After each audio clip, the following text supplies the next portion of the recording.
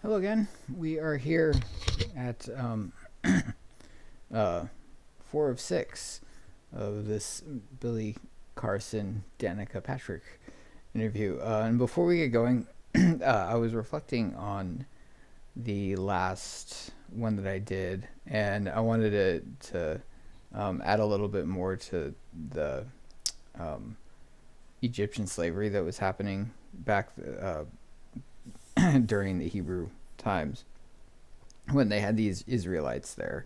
Um, the the slavery that was going on there wasn't the the slavery that you would think of in like uh, uh, movies or something like that, where it's just a taskmaster pushing people, whipping people until they can no longer work anymore, and then discarding their dead bodies.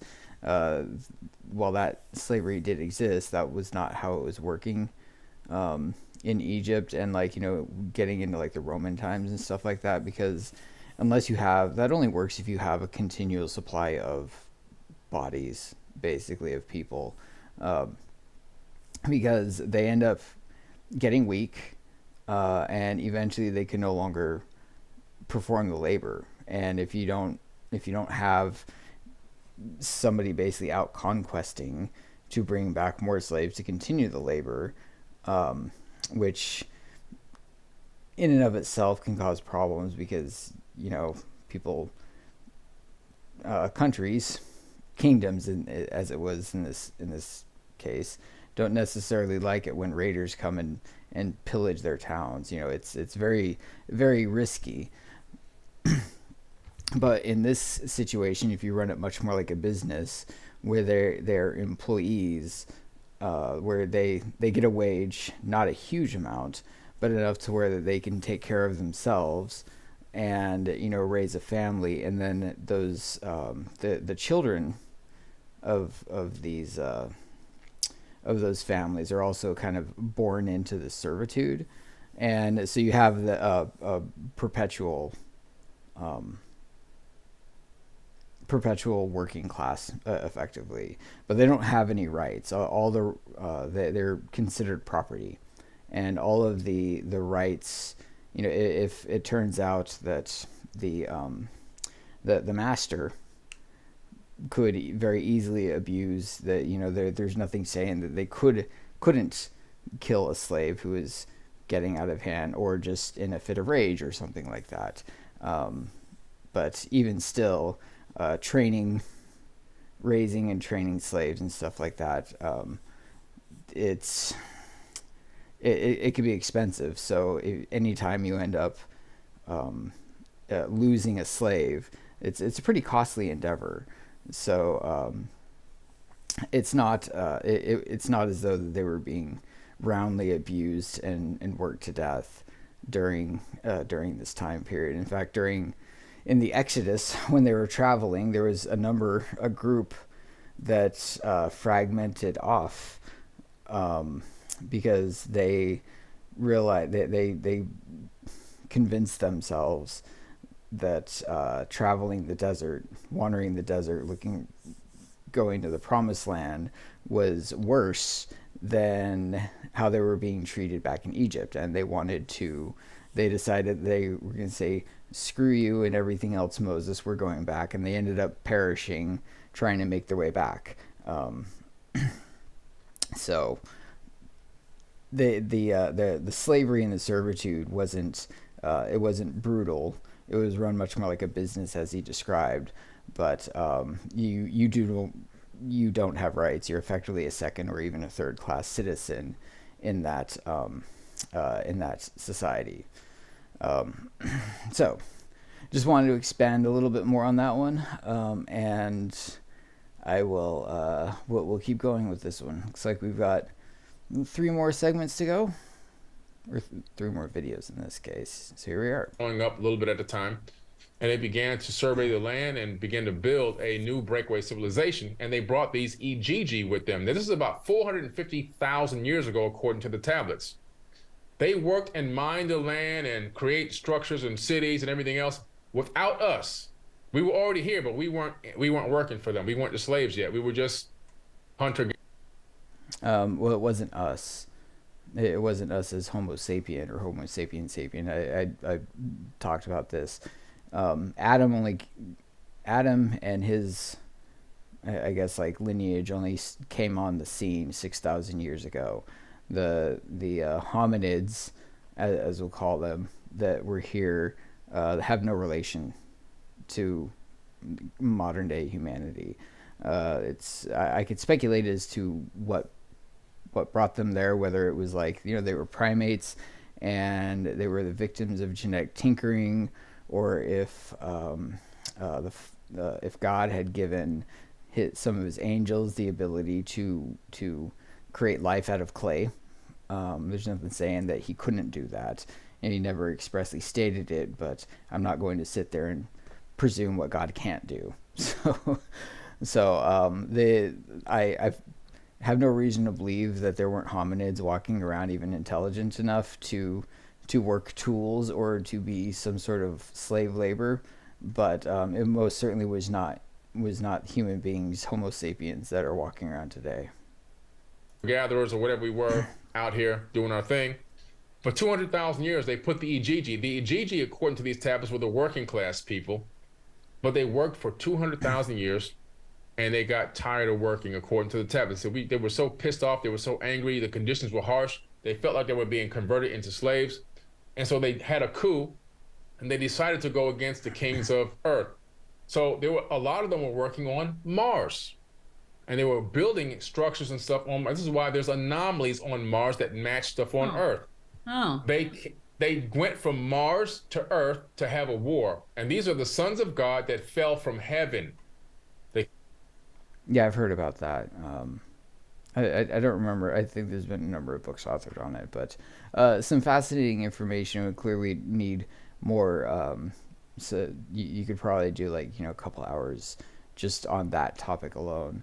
But yeah, it came down because God, who not the God of the creator, but the God of these Anunnaki people, was Anu, the father of Enki and Enlil, the uncle of Thoth and Marduk, Amun Ra. And they encircled their camp in a place called Adam's Calendar in South Africa. They found this location. This location is a tourist attraction now. It's the very first gold mine ever discovered. They can date it all the way back to that time frame. Because the Anunnaki needed gold, right? Exactly. They needed gold, amongst other things. I don't think they were shipping it back to their home planet like Zachariah Sitchin was saying, but they were utilizing gold. Gold is a technological element. You need it for everything, right? We couldn't have I couldn't talk to you right now without gold inside this mic and this computer circuit board and everything else. And so it's a foundation of. Indeed, gold. It's not just for jewelry. It's much more useful as like an industrial metal than it is just wearing it as jewelry. A high level civilization. And so they decided. Enki says, "I have an idea to stop this war. There's an existing being on this planet.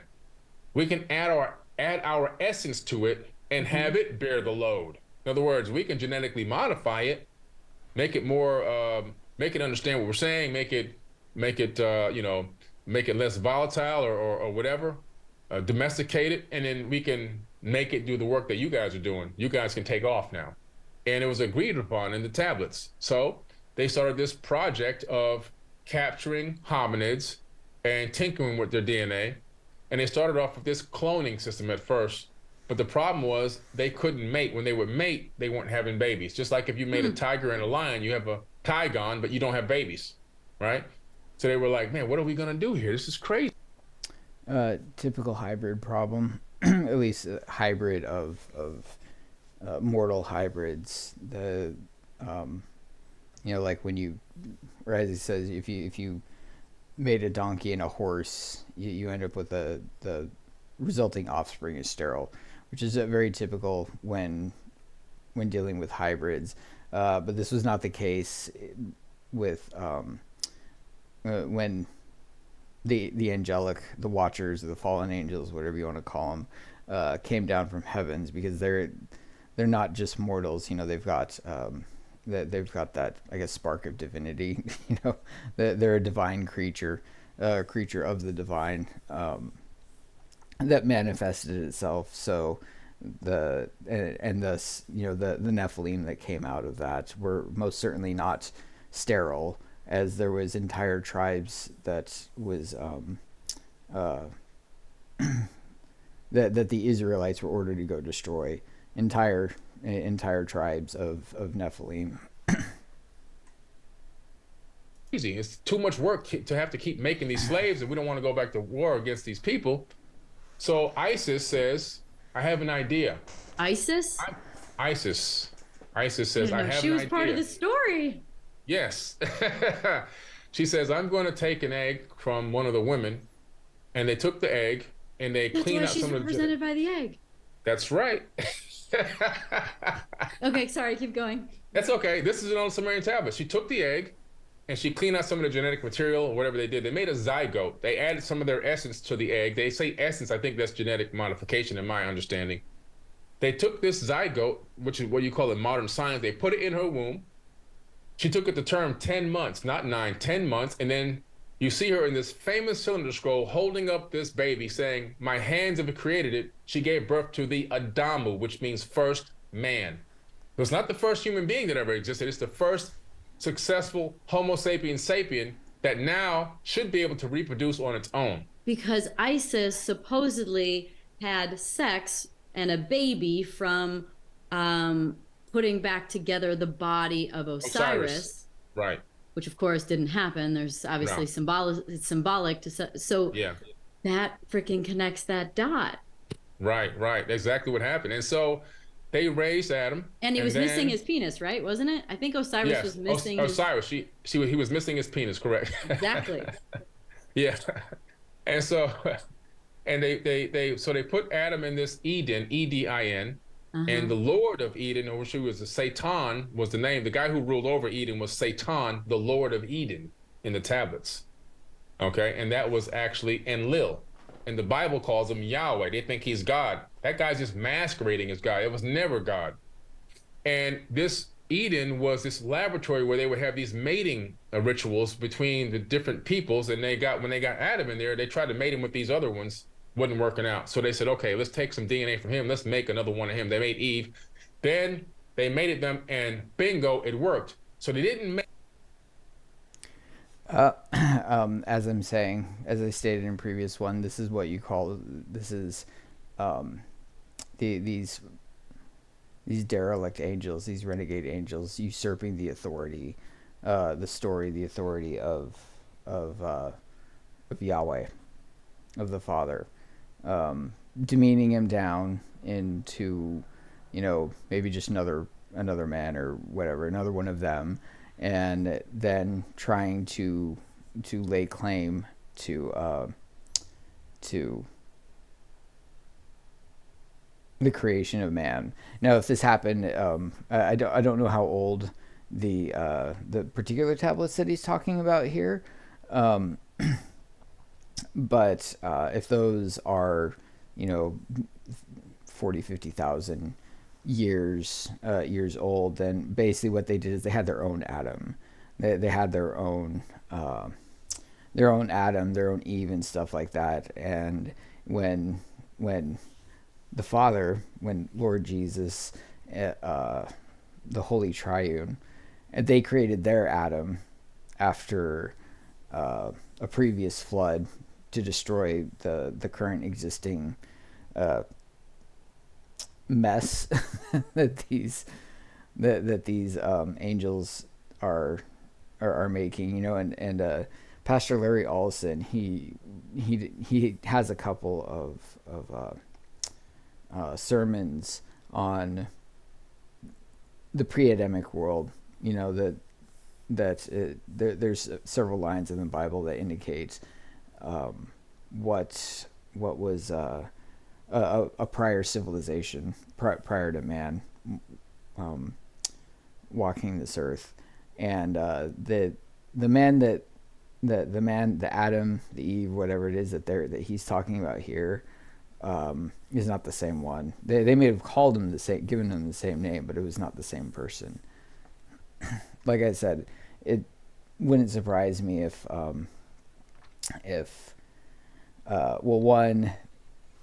these angels could create life, But we do know that when the Watchers came down and they took wives, they could inseminate impregnate the women down here, and there's nothing saying that some of them could have been female and born children of their own, like in this case of Isis.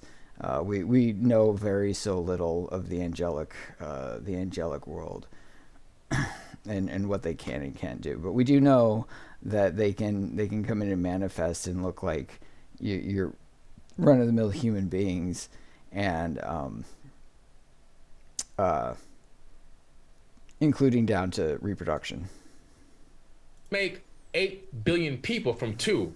They made more Adams and more Eves, and made more Adams and more Eves through the general process of getting pregnant and birthing. And so they created this genetic diversity so that they can then create and multiply. 2 people can't create 8 billion.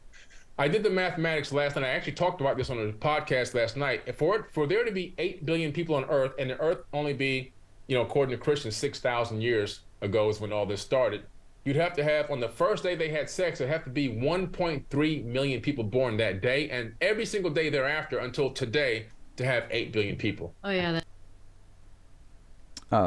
That's not how reproduction works. It's that's a very simple math process. I mean, yeah, sure, you can go ahead and you can take 8 billion and divide it by like the number of days and come up with that, but that's not how population works. Population works in a multiplicative by multiplying, not just adding a million or however much it is. So in one generation, if everybody's having we'll say everybody's having 4 children. And back in some of the older days, people were having a lot more than 4 children because, one, they're not having contraceptive. 2, big you needed big families to run like farms and things like that. And you also would you had to take into account the loss of children during that time. So you had to have large families, and one female today, if she was pregnant during her entire fertility time, she could have like 20 children. And so, but even if everybody's having like 4 children, then every generation you're having a population that is at least doubling. And so you can easily go from a 2 billion, the next generation 25 years later 4 billion, the next generation 25 years later 8 billion. That's the wrong, he's using the wrong equation there to create that that scenario. And what we know, we don't know exactly how many children Adam and Eve did have. There's some books that were not canonized in the Bible that might talk about that, but we do know that Adam lived over 900 years, and Eve outlived him because he died first. He passed away first, and so that's a lot of time to have children, especially when you have nothing else to do. You run a farm, then at night, well, what do you do? Well, let's get in the bed together, honey. So you can have a lot of children, and it's during 900 years, or even if her fertility wasn't 900 years worth of fertility, even if she was fertile for like 200 or 300 of those years, or even like half of that time, 400 years, that's a lot of children that you can be putting out. That's just not didn't possible. happen. Didn't happen. And so they created this diversity of pool of genetics, and then they kept cross mating in a way, which is why they had such strict rules on mating and when you can mate and who you can mate with to prevent inbreeding. This was a great story in these tablets. Wow. And that's how they began to create the diversity that puts out the Homo sapien sapien. I will say this. One of the things that I've always been intrigued about, we don't know how long that these people were around for. Or maybe even it wouldn't surprise me if they were on, this procreation, this procreation program that they had going on was running at the same time that God came down here and put his Eden, his Adam and Eve in place. Because one of the things that, like, when you're hearing about the story of Cain and Abel, we don't know how long it was before Cain killed his brother, but what we do know is when he when God was talking to him about it and said he was going to mark Cain, and Cain said, well, what would people think of me? And I always found that very intriguing, because he didn't say, well, what would my family think of me? He said, what would people think of me? Indicating, people who he had no relation to whatsoever. So just my own personal theory that there was, other hominids walking around, building cities and stuff like that throughout the earth. And it wasn't just, it wasn't just God's people.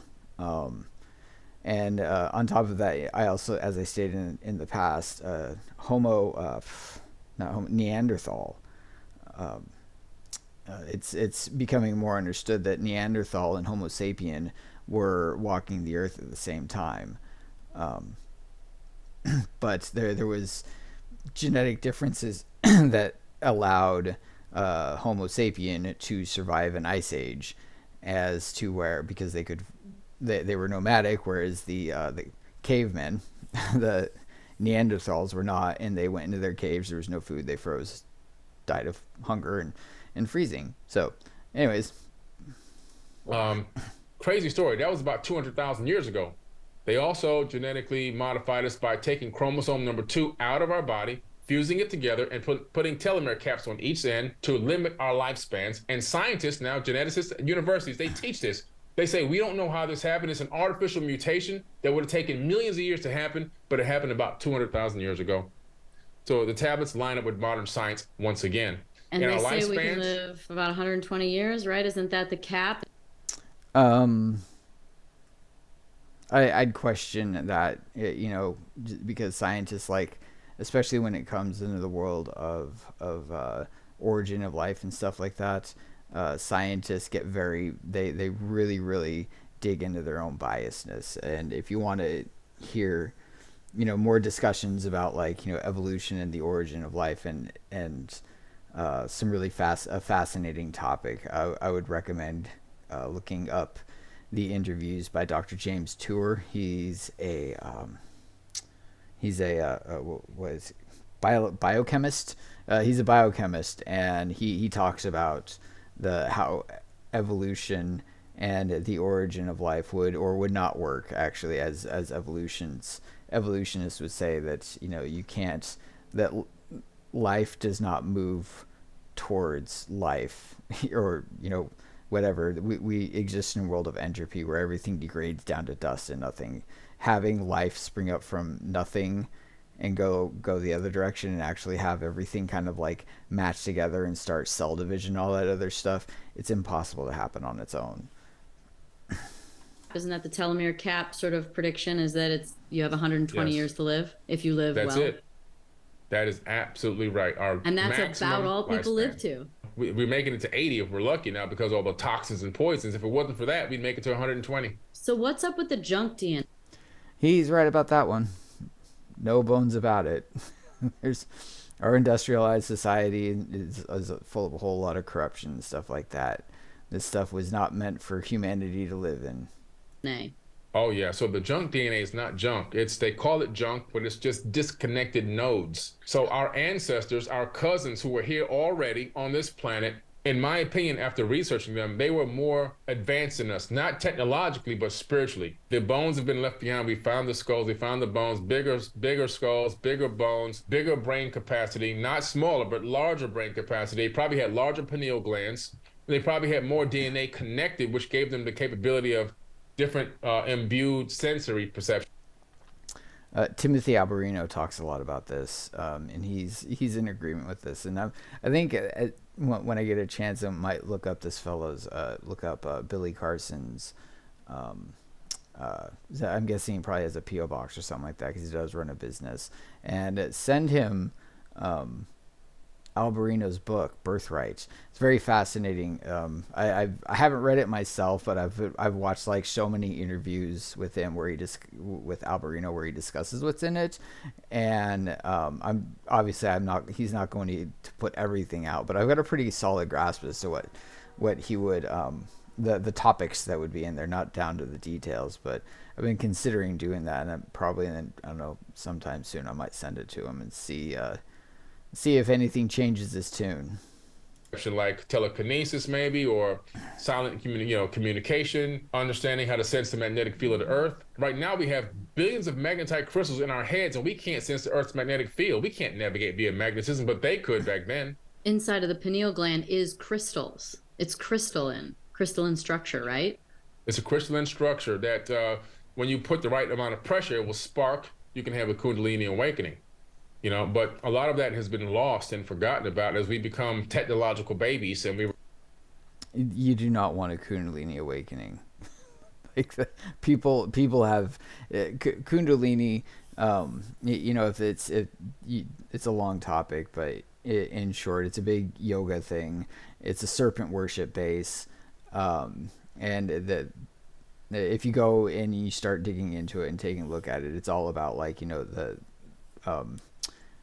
involving the serpent, some kind of serpent energy and whatnot. But people who have gone down that road, there's been reports of people dying, experiencing a Kundalini awakening, and it's not some great spiritual thing. You're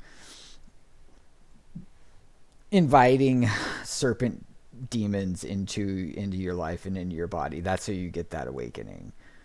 Yeah, don't. I would never recommend any. I would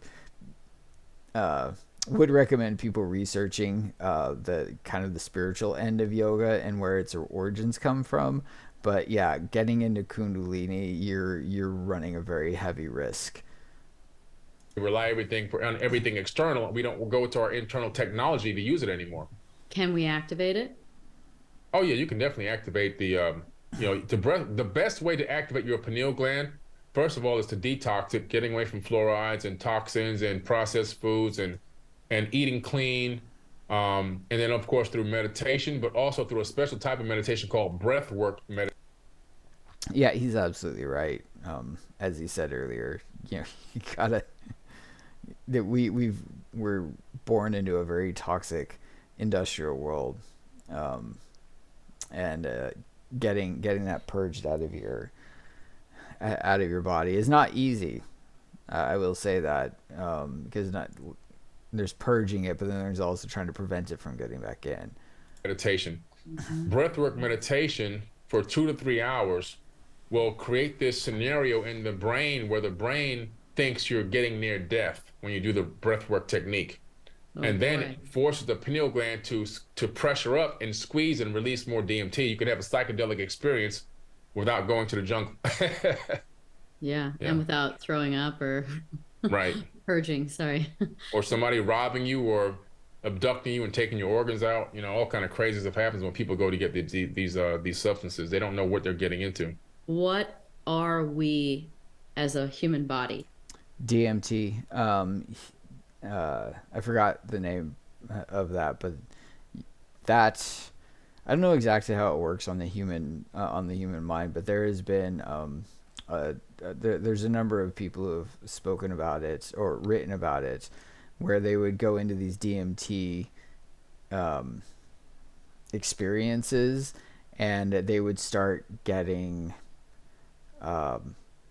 interactions with some very, very unsavory spirits, and it's one of the things that you don't want to just go off having, these out of body or these drug induced out of body experiences or whatever, because you have no way of understanding who you are dealing with, and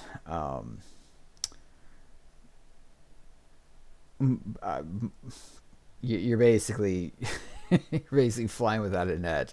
And a lot of these spirits they have their own interest at heart, not yours. They don't want to give you some enlightening information. They're looking to benefit on the back end at your expense. Well, the human body is an avatar, just like the movie Avatar.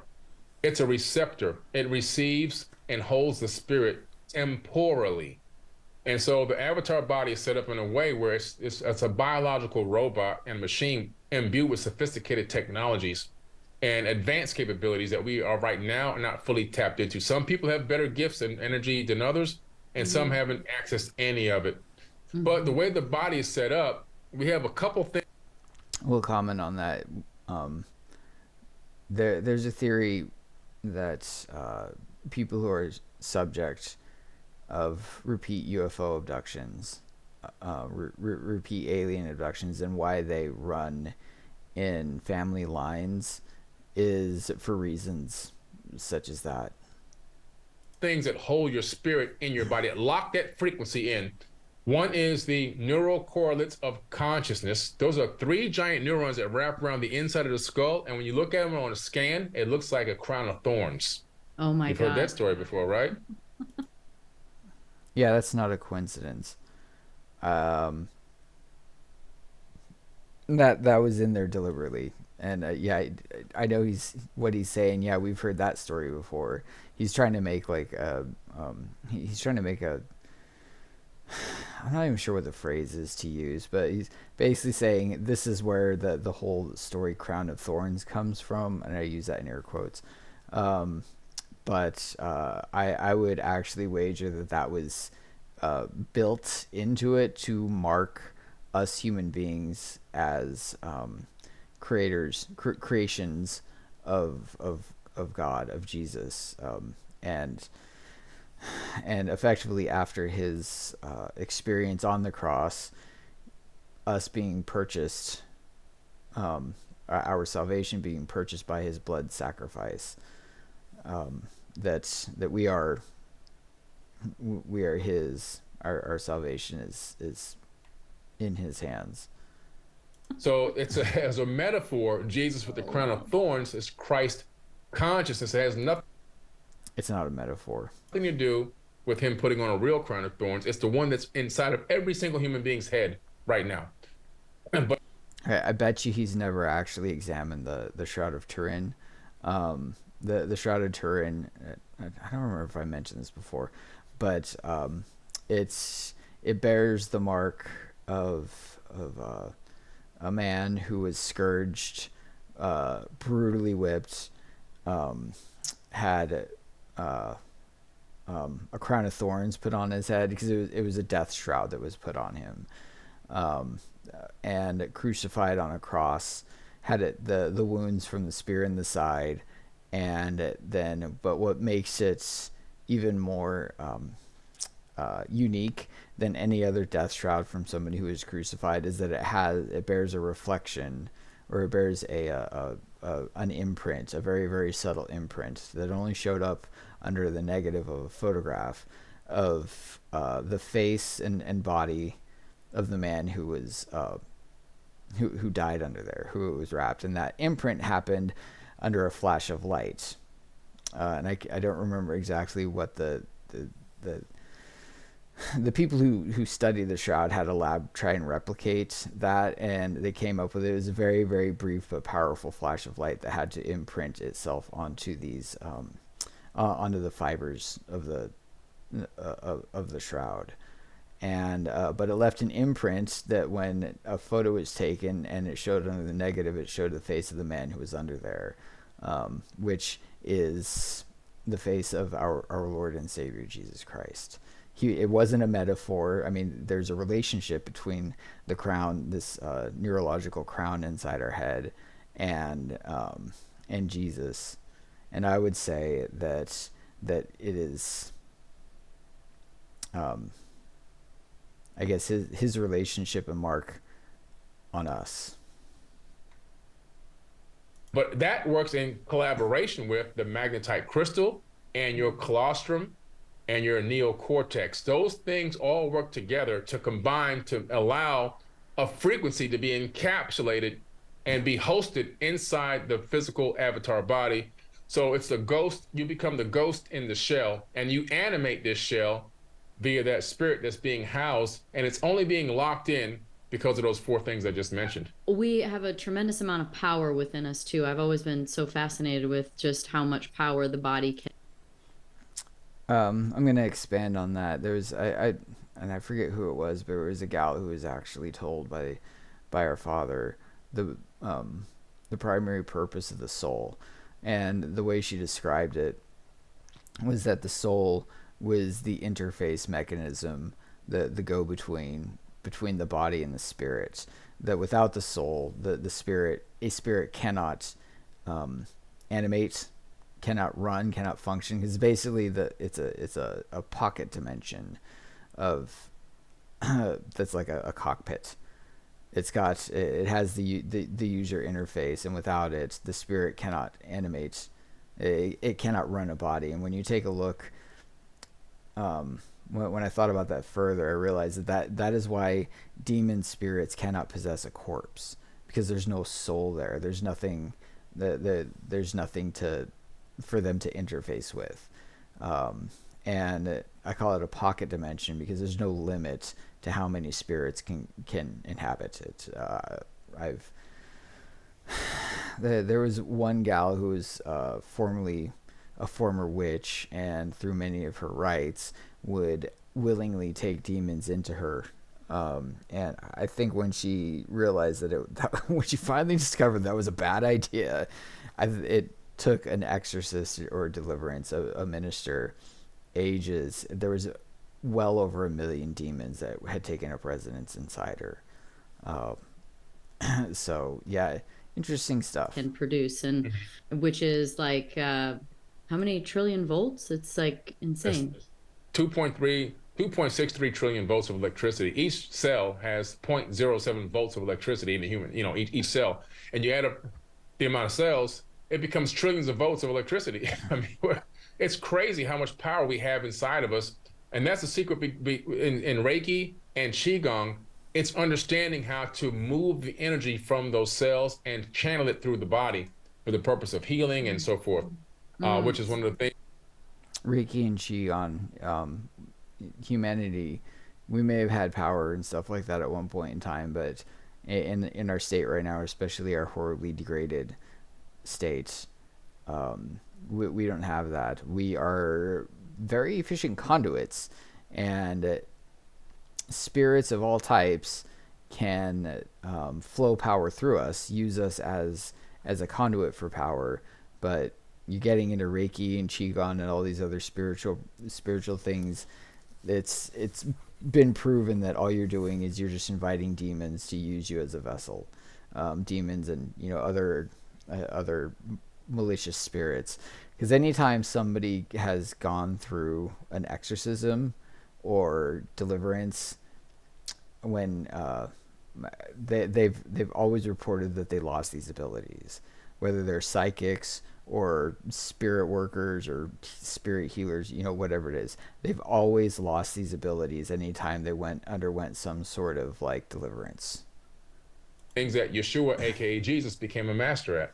Did you ever read the Magdalene manuscript with Jesus dealt in faith healing. He didn't heal using Reiki or any breath work or anything like that.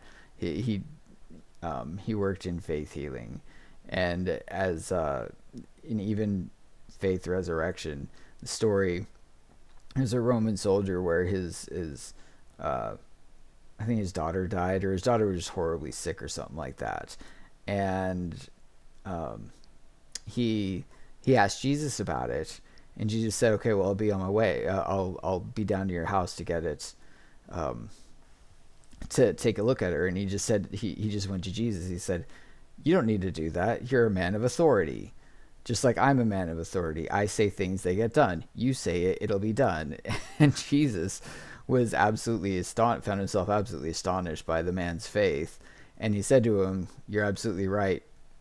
Go back home and your daughter will be healed." By the way, there is no Reiki or Qigong master that can raise the dead. the story from Mary Magdalene and how they used sex to strengthen his Ka body, the etheric field, the second body. Yeah, yeah, I've Yeah. read that stuff. Yeah, Would yeah. that be part of that, part of strengthening his body energetically? Fable story never happened. Jesus never took a wife. He never had a mate or anything like that. Moving It's pretty energy. interesting because you talk about recycling the Kundalini. There's special techniques that even men can do where you can actually not ejaculate. You can actually ejaculate, but not release the semen, and then recirculate the energy back in through the Kundalini again. There's all these different type of tantra Sex magic never ends well. techniques. And so, according to ancient sages and wisdom keepers, it's real and it actually works. You know, it's a technique that can be learned and actually perfected. That's pretty interesting stuff. Wow. So then what's the role of the brain? The brain is just like a microchip. You know, it's a microprocessor. It's a central processing unit. It allows you to be able to connect to multiple dimensions. And so if you look back to some of my oldest videos, maybe 8, 10 years ago, I was talking about the fact that the universe is 11 dimensions and the brain can tap into all those higher dimensions. And people used to laugh at me, tell me I was crazy and you're making all this stuff up. Just last year, in 2022, scientists at the Brain Institute discovered that the brain now connects to 11 dimensions. Holy and that shit. That and which I fully believe that, but that is how we get I guess utilize how we're given visions, how spirits can work in create dreams, whether they're angels or getting them directly from God themselves, directly from Jesus or whoever. But Jesus is not the only one who can work on that channel. That unfortunately it's a much more of like an open antenna. Anybody can get involved in that. the universe, where I got the concept of 11 dimensions of the universe first was from theoretical physicists like Michio Kaku, saying that the universe is 11 dimensions or it would collapse. When I looked into it, many other people collaborated and became peer-reviewed science. So then I hypothesized that the brain is connecting to those 11 as well, because we are multidimensional beings, and those are the dimensions we're connecting with on a moment-by-moment basis. And we have the capability of tapping into higher knowledge and higher dimensions. And then to 2022, it finally comes out, they discovered it's actually real, and that the brain is a multidimensional functional computer. It's a processor.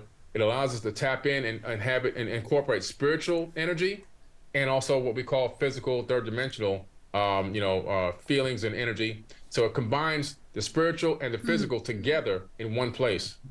How can we have more awareness for those dimensions? The best thing to do is get into what I call a Merkaba meditation. I can give you something better. Start working on how about maintaining a very personal relationship with Jesus.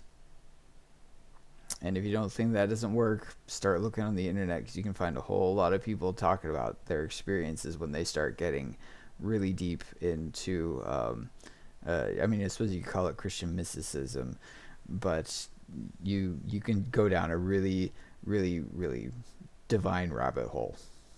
Ba, 3 words actually sounds like one, but it's an ancient meditation technique. I actually teach this, and I do a guided meditation on my TV network. You actually end up going through this meditation where you step into your vehicle of ascension, which is what the Merkaba is. It's this star tetrahedron that's counterclockwise spinning, and you actually can get inside of it and take it to higher dimensions. You can travel to dimensions through the Merkaba. It's even talked about in the Emerald Tablets. Thoth talks about traveling to these higher dimensions as well via the same exact technique.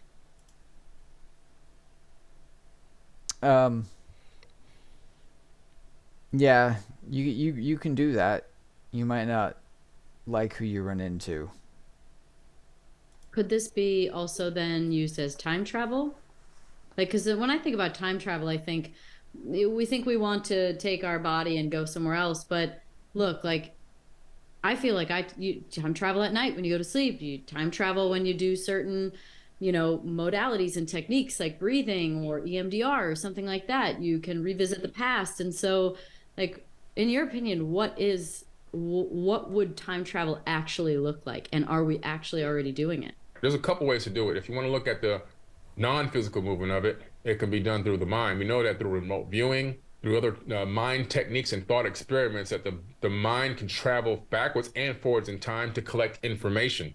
Mm-hmm. The mind can even be sent to different locations to collect data and intel, which the U.S. military actually had the CIA had a military program for. It's called Project Stargate for that one purpose, sending minds outside of space and time to gather intel against foreign enemy and stuff. Yeah, the CIA and the government has been involved in this very heavily. I would say probably, I don't know how much they were doing it before Operation Paperclip, but you have to remember that the scientists under that were very, very heavy into the occult. And when we brought when we brought these scientists, it wasn't just like a few scientists that went off to go continue their research. There was a lot of these that were taken into the military wing and into the intelligence wing, and they did not turn into good people working for the U.S. government. Now they continued their very, very wicked programs. They just were much more subvert about it. And the U.S. government was actually contracting the top echelons of the Satanic Temple or the Church of Satan, like Anton LaVey. Anton LaVey was known as he was a very, very skilled astronaut, to the point where he could even take on a temporary level of possession in the same manner that demons can. He gave instructions to our U.S. military. Him and I think like his second in command or something like that. So yeah. Like that. So we know that's a real program that actually existed, and it's 100% possible. The other way is through these different types of meditations. You can create the same situation or scenario. Where Thoth talks about utilizing it to go through these gates, the gates of heaven. He says the gates of heaven is not what people think. It's these stargates that take you to other dimensions and locations. And at these higher dimensions, the past, present, and future exist at the same time. It would be like me looking down at myself from a higher dimension. That would be like looking at myself in the house I'm in. One thing I've heard a lot of people comment on is that when they get taken, like, whether they have a temporary death or something like that, and their spirit gets taken into heaven, quite a number of people have said that, and I'm talking like actual heaven, not whatever Thoth is talking about, the actual kingdom. And a number of them have stated that everything happens all at once. I'm not exactly, being here. I don't know exactly how that works, but that might be similar to what Thoth was referring to, because the spirit world runs on a completely different program than our physical world.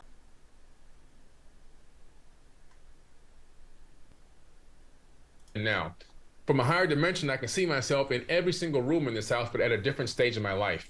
And I'm witnessing it all at once. Okay, so that's another form of time travel. And then in the physical way, we time travel all the time. If you hop on a plane, if you get into a rocket and go into space, if you drive a race car, anyone that's moving away at a specific speed relative to somebody standing still is moving forward. You're moving forward in time, just ever so slightly. Tiny Planck units of a moment, but they're measurable. Yeah, measurable.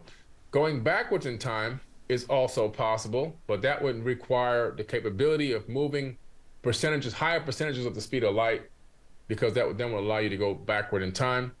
The problem with going backward in time, you have the grandfather paradox. And so if I go back and kill my grandfather, how was I born to go back in time? I solved that paradox by saying and hypothesizing that if I traveled back in time, the reason why I can kill my grandfather and still have gone back to do it is because I'm now on an alternative timeline. Sure. I don't think you can go back in time on the same time.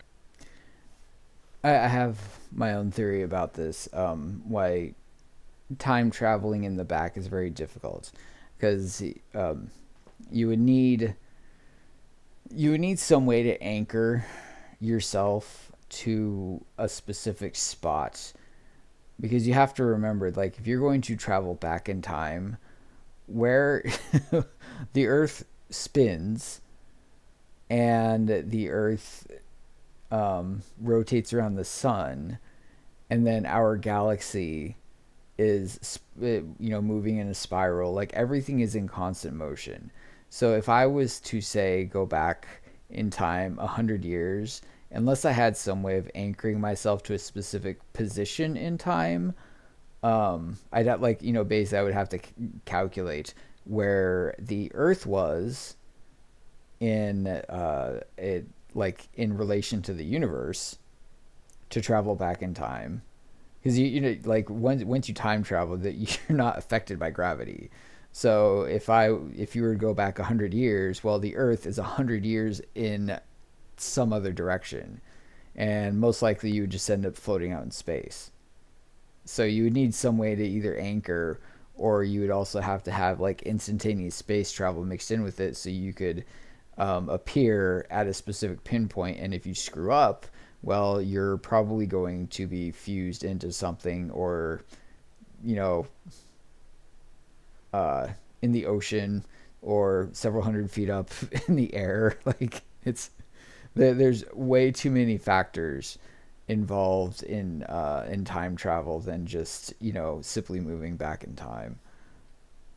Moving forward in time is an even bigger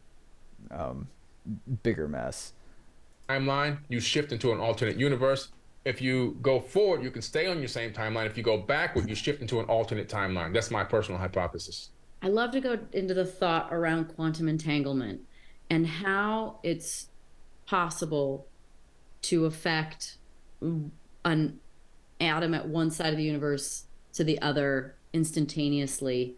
So quantum entanglement, It's amazing. Quantum entanglement first came to me when I was just doing a walking meditation. It came to me as parabolic.